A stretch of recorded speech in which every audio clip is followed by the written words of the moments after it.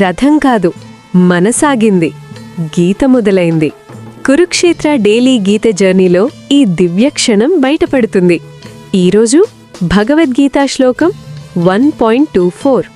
ఏవ ముక్తో హృషీకేశో గుడాకేశేన భారత సేనయోనుభయోరమధ్యే స్థాపయిత్వా రథోత్తమం.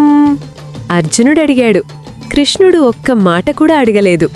2 సైన్యాల మధ్య ఆ గొప్ప రథాన్ని నిలిపాడు. అది యుద్ధం కోసం కాదు, అర్జునుడి మనసు కనిపించేందుకు. ఇక్కడే గీత మొదలైంది. మాటలతో కాదు, నిశ్శబ్దంతో. మన లైఫ్లో కూడా ఇలానే.